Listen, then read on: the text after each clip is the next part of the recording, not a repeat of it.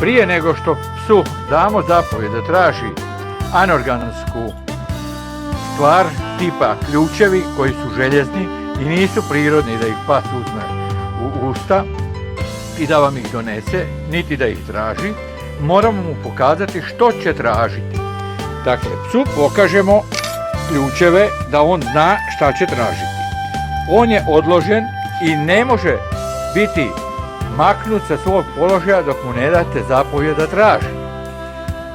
Vi ostajete na svom mjestu, ključeve možete sakriti sa preprekom ili bez prepreke. Ako ih sakrivate sa preprekom, bit će malo teže, bez prepreke će biti lakše, a za prvi puta lakše bez prepreke da bude i vidljivo i po njuhu. Možete mu dati zapovjed glasom, možete mu dati zapovjed zviždaljkom. Tražit.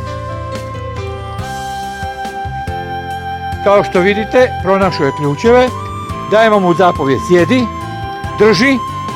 drži, ne pusti, dajemo mu nagradu, pomacimo ga i zahtijevamo glas. Još.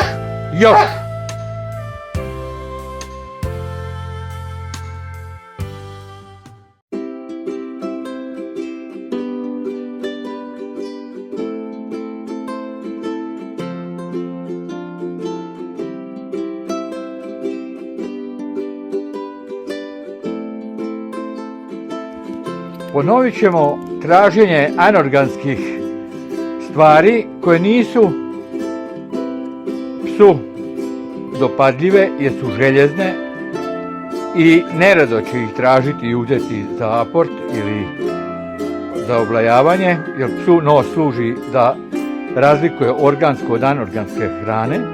Ovaj put ćemo mu sakriti ključeve sa preprekom. Prvo ćemo mu pokazati šta će tražiti i te iste ključeve ćemo sada sakriti sa preprekom, pa će ostati na poziciji čekanja dok mi ključeve sakrijemo sa preprekom. Biće teže tražiti mu, ali to se traži radi njegove kasnije upornosti. Naredbu mu dajemo ponovo ili zviždaljkom ili glasom. Traži. Kao što vidite, on sada je zbunjen, ne zna gdje su ključevi, morat će pretražiti cijelo dvorište. Kao što vidite, on je pronašao ključeve, opet mu dajete zapovjed da sjedne, drži.